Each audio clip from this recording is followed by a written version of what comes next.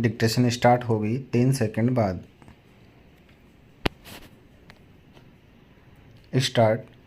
वैधानिक शक्ति का प्रयोग सावधानी से और दुर्लभतम मामलों में किया जाना चाहिए। विराम। उक्त आदेश स्थापित विधिक स्थिति की पूरी तरह से उपेक्षा करते हुए पारित किया गया है। विराम। यदि एफआईआर या परिवाद में लगाए गए आरोप प्रथम दृष्टया आरोपी के खिलाफ कोई अपराध नहीं बनाते हैं या यदि आपराधिक कार्यवाही स्पष्ट रूप से दुर्भावनापूर्ण पाई जाती है, वह किसी गुप्त आशय इत्यादि से संस्थित की जाती है, तो कार्यवाही को रद्द करने की धारा 482 के तहत उच्च न्यायालय की शक्तियों को कम किए बिना उच्च न्यायालय जांच पर रोक नहीं लगा सकता था और जांच एजेंसियों को एफआईआर और ईसीआईआर में कथित संज्ञेय अपराधों की जांच करने से नहीं रोक सकता था, खासकर जब जांच बहुत शुरुआती चरण में थी। विराम। एक तरह से जांच पर रोक लगाने और जांच एजेंसियों को धारा 482 के तहत याचिकाएं लंबित रहने तक आरोपियों के खिलाफ कोई भी कठोर कदम उठाने से रोकने के ऐसे आदेश पारित करके उच्च न्यायालय ने अग्रिम जमानत के लिए आवेदन किए बिना आरोपी की गिरफ्तारी पर रोक लगाने के व्यापक आदेश पारित किए। विराम। इस प्रकार उच्च न्यायालय द्वारा पारित किए गए आक्षेपित आदेश विधि स्थिति के अनुरूप नहीं होने के कारण रद्द कर दिए गए। विराम। अभियुक्त के संदर्भ में उच्च न्यायालय द्वारा पारित अंतरिम आदेश समाप्त हो गया। विराम।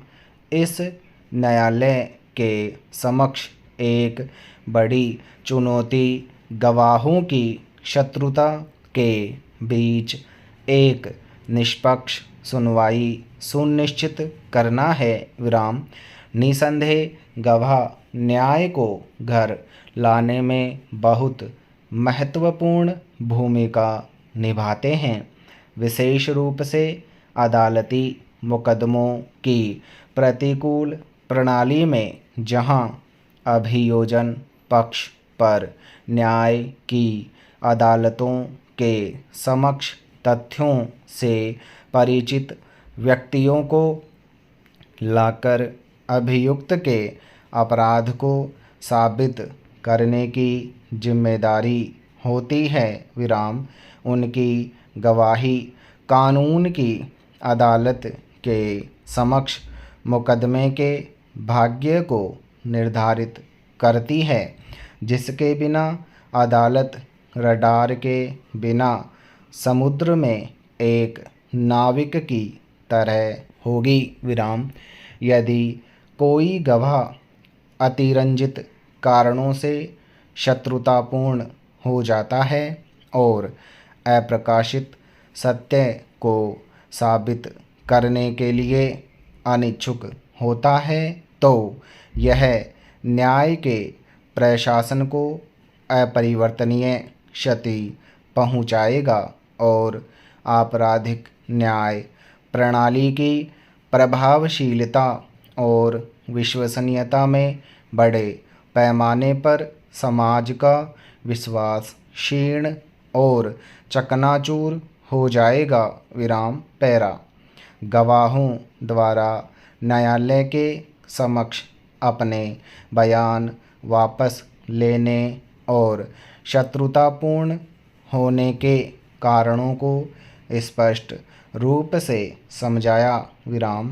हमें ऐसा लगता है कि प्रतिवादी संख्या 1 को जमानत देने के बाद जो असामान्य और आश्चर्यजनक घटनाएं हुई हैं वे मुकदमे के प्रभावी, निष्पक्ष और स्वतंत्र निर्णय के लिए गवाहों को वापस बुलाने का मामला बनाती हैं। इस न्यायालय के पास न केवल संविधान के अनुच्छेद 142 के तहत बल्कि दंड प्रक्रिया संहिता 1973 की धारा 311 के तहत भी इस तरह का सहारा लेने के लिए विशाल और पर्याप्त शक्तियाँ निहित हैं, चाहे वह अभियोजन पक्ष के अनुरोध पर हो या स्वतः ही। ऐसी संवैधानिक या वैधानिक शक्ति जांच, मुकदमे या अन्य कार्यवाही के चरण जैसी किसी भी बाधा से सीमित नहीं है। एक व्यक्ति को बुलाया जा सकता है और उससे पूछताछ की जा सकती है। समाप्त।